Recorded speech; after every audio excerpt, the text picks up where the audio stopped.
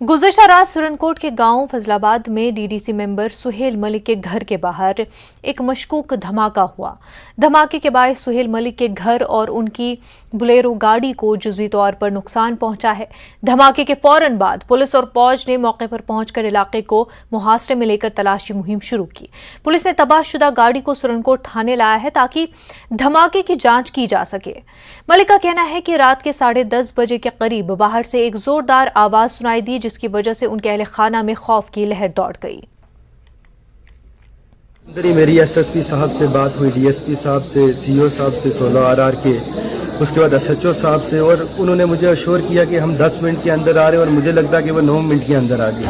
जिस जगह भी थे फिर वो पूरा एरिया उन्होंने देखा, अंदर भी उन्होंने देखा, और तकरीबन कोई रात को 3-4 बजे हम वो फारग हुए, और फिर कुछ नफरी यहाँ रही और कुछ चली गई।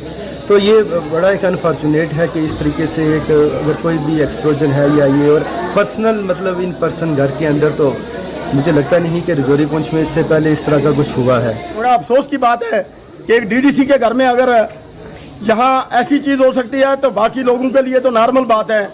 और मैं दरख्वास्त करूँगा कि इस चीज़ के ऊपर सख्त से सख्त गौर की जाए और ऐसे मसले पर पूरा आइडेंटिफाई किया जाए। एरिया में भी, इलाके में भी इनकी एजेंसियां इतनी हैं, एजेंसियों के थ्रू